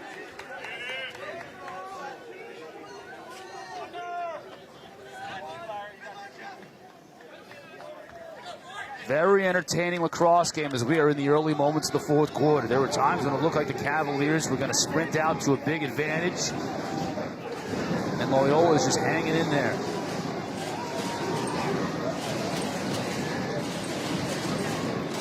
Virginia just 2 goals here in the second half. Man, I think to your point, they've spent a lot of time in the penalty box, and that's hurt them. Certainly has hurt their momentum. What a great play. Coming upfield was Olmsted, and another goal.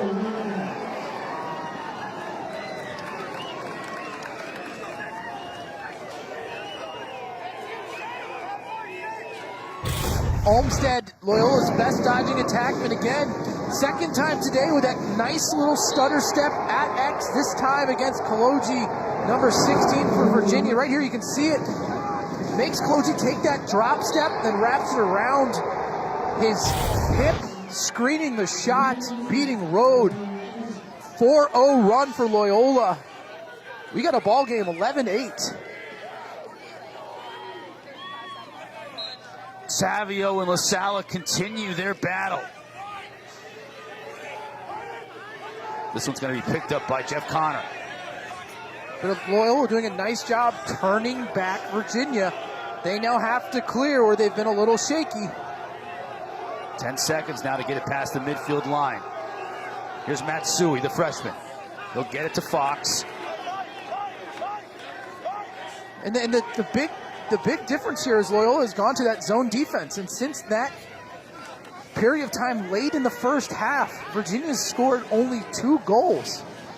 Again, a nice move early on. A zone offense is something that you have to build in and layer in the season.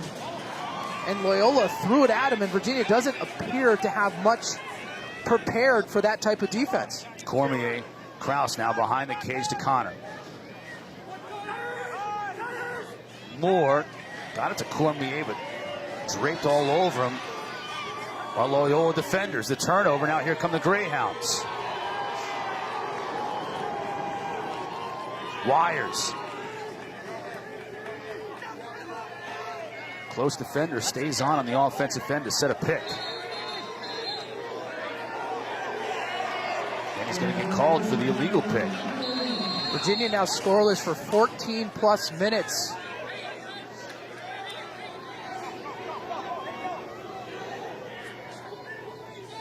Moore. I wouldn't hate a timeout here if I'm Virginia on the offensive end to walk through their offensive set.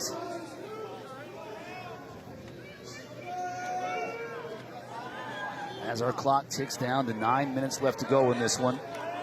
And so they're bringing in Reagan Quinn, number 19, to be behind the cage. They like his vision as a feeder to pick apart this zone.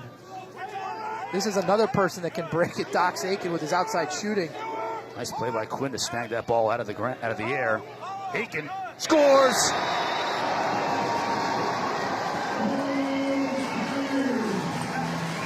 Nothing beats a zone and breaks a zone like outside shooting. Dox Aiken, a righty, but someone who can absolutely pepper it with his left hand as well. Steps in, and this is going to be a great angle. Watch him pull this towards the near post. Usually on that shot, you're trying to go far post, but he has the strength and the skill to pull it hard down towards the near post. Now again, what will happen? Will Loyola have to make adjustments and step out in the zone, opening up passing lanes? Typically from a zone defense perspective, if you can rip one from the outside, now you start thinking, do we have to extend out? That opens up passing lanes and makes the inside a little bit easier to attack. Savio wins it cleanly to himself. Olmstead. The one Stetter stepping. Brings it back out.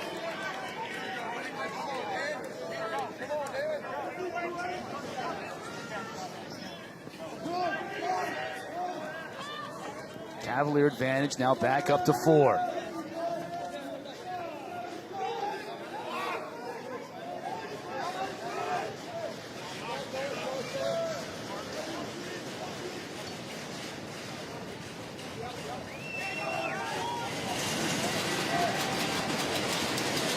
Here's Swindell.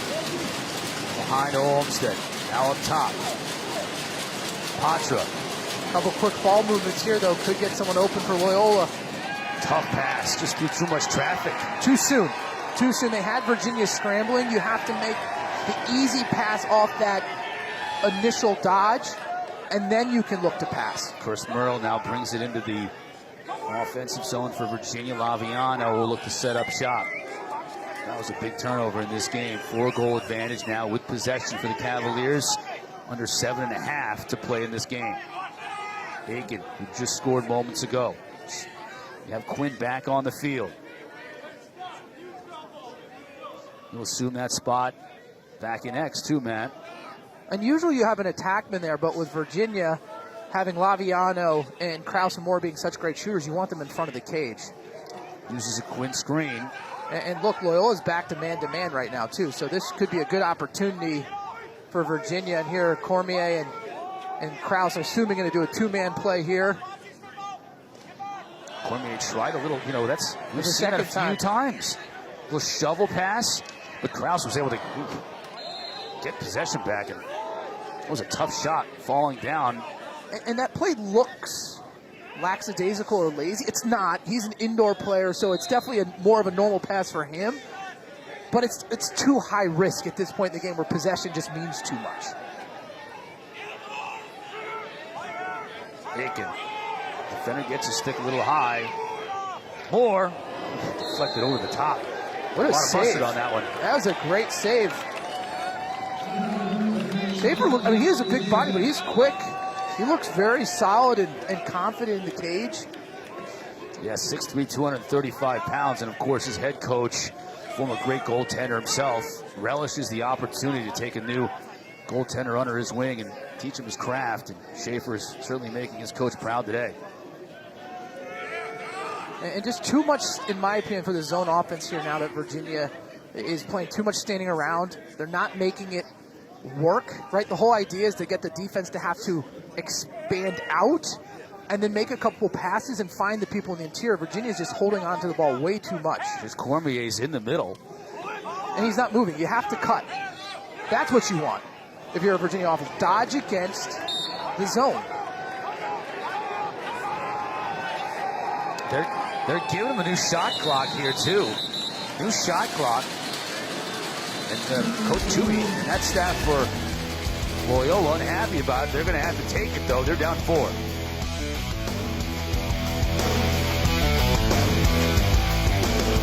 That did change. 12-8 our score. Virginia on top. 5:38 left to go in this game. Goaltenders have been great. If you're just joining us, Alex Rode for Virginia, 18 saves in this game. If you remember last year's game, Jacob Stover made 18 saves for Loyola. He was the player of the game in that one. I think you could make an argument that Rode is the player of the game here. Faceoffs have been important too in Loyola. With Bailey Savio, they've come back here in the second half, and Virginia's thrown some other players at him. Gavin Ty, we've even seen Justin Schwenk in there for a draw. But Savio's not only held his own, but he's taken over. And Virginia here, they're going to kill clock, and you can do that when a team's playing zone defense. They won't come out and play you. They're saying, hey, we're up 4 goals. We can kill a minute of time here. Trust our defense to make some stops, and Alex Rode in the cage. Yeah. And Schaefer got a piece of that last shot right before he went to timeout from Moore, so this will be a fresh shot clock. At least a 3-minute possession for the Cavaliers. Still 40 to shoot. Schaefer's had 2 saves, go out of bounds.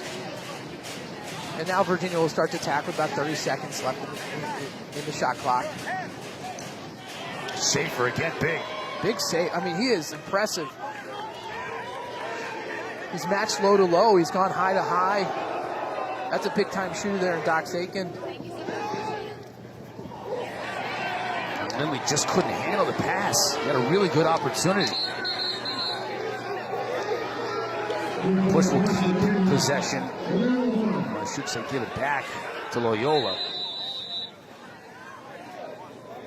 Too many undisciplined pushes from Virginia, giving extra possessions.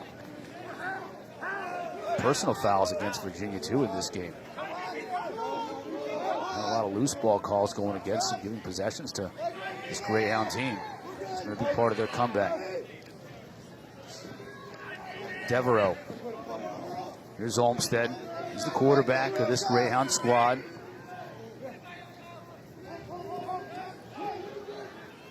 Cox from that midfield spot. Here's Devereaux. Working on Merle. Miscommunication here. Should be someone open on the backside. Try to get it to Lindley. At the pipe. Here's Merle, though, coming out of the traffic with it. Fox.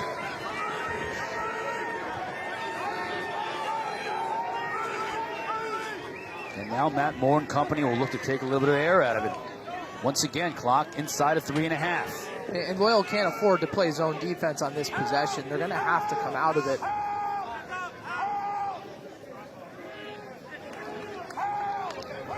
You can see they're out in man now.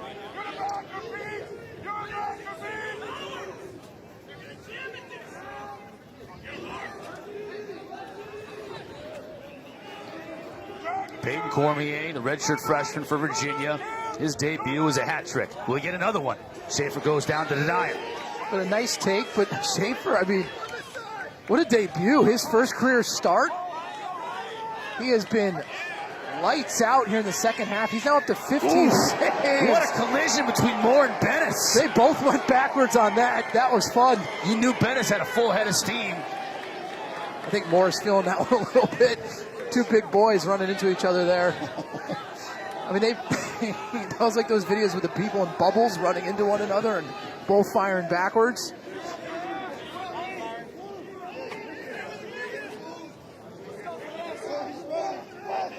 Loyola's got to move with some purpose here. Olmsted fires. They'll keep possession, but just over 2 minutes to go. They're down 4. Patra coming on for the Greyhounds. He's got the ball in his cross here. Cross the way to Wigley.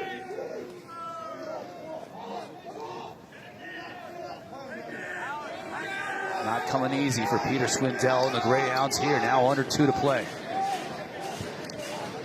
Patra will fire lefty. Rode makes the save.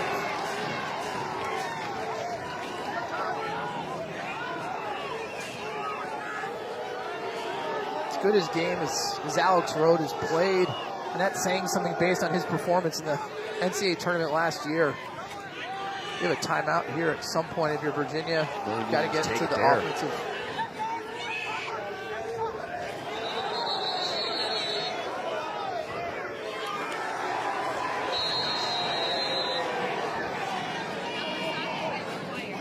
Loyola with a shot. They got to move quickly. Just over a minute left in this game. They're down 4 goals.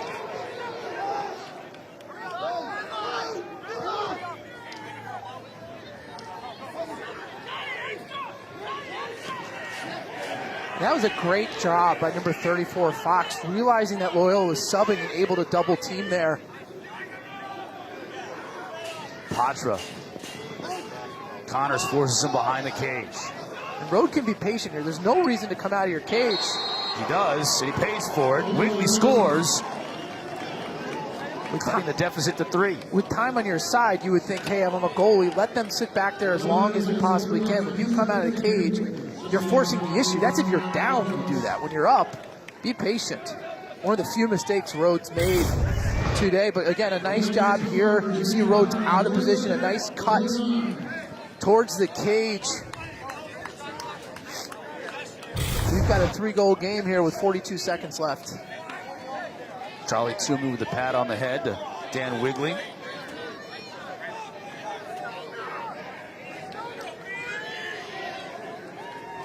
Big draw here. Petey LaSala, Bailey Savio. Virginia strategically has both of their wing players collapsing towards the defensive zone to prevent any type of fast break opportunity. Collision between Merle and Savio. Ball kicked out of bounds. It'll go to Loyola.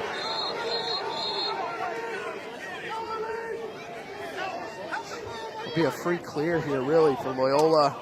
UVA has not been. Oh wait, they're now releasing them from the box.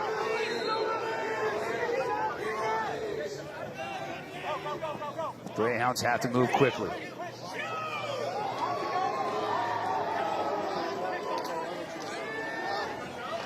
Flag down. This one again is going to go against Virginia.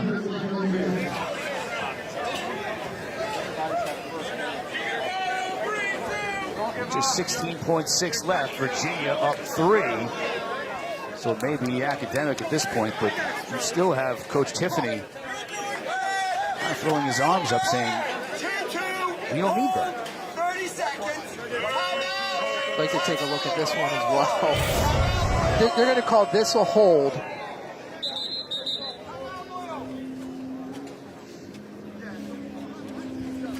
Just a stick too high right up along I mean, the there were neck more area. slashes than they were holds or, up too high. There was a couple brushes that they let go. Some undisciplined lacrosse from the Cavaliers today. Any other game you have this many man downs, you don't have a hot goalie, they lose. It's against a good Loyola team that's been scrappy. But here's the story of the game. Alex Rode, the junior goaltender coming into his own here in Charlottesville. Just again, look at the positioning. It's picture perfect, in the exact right spot at the right time, the quick hands, the explosion. Seeing the ball the entire way. He's actually thrown, a weakness in his game has always been his outlet passes. Today, not a ton of errors in that part either. 19 saves is pretty good. Yeah, he's the MVP today for Virginia. I think to your point, lots for Lars Tiffany and company to work on here after this game. Good win, 1-0 on the year. Certainly better than 0-1, but some things to work on with a veteran team that comes in here defending national champs. It's okay to be scrappy, but it's not okay to get careless penalties. And today, that's the story. Devereaux passes on the shot. Pridemore can't get one off. Clock ticking down, now 3 seconds, and that'll do it.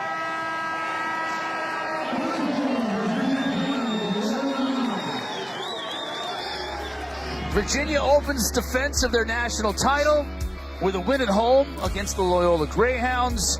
Exacting a little bit of revenge from last year when Loyola got the W. A good performance for Loyola, something to build upon. This is a new team missing a piece from last year. And then Virginia, a good first half, a little sloppy and careless in the second. They have a lot of firepower.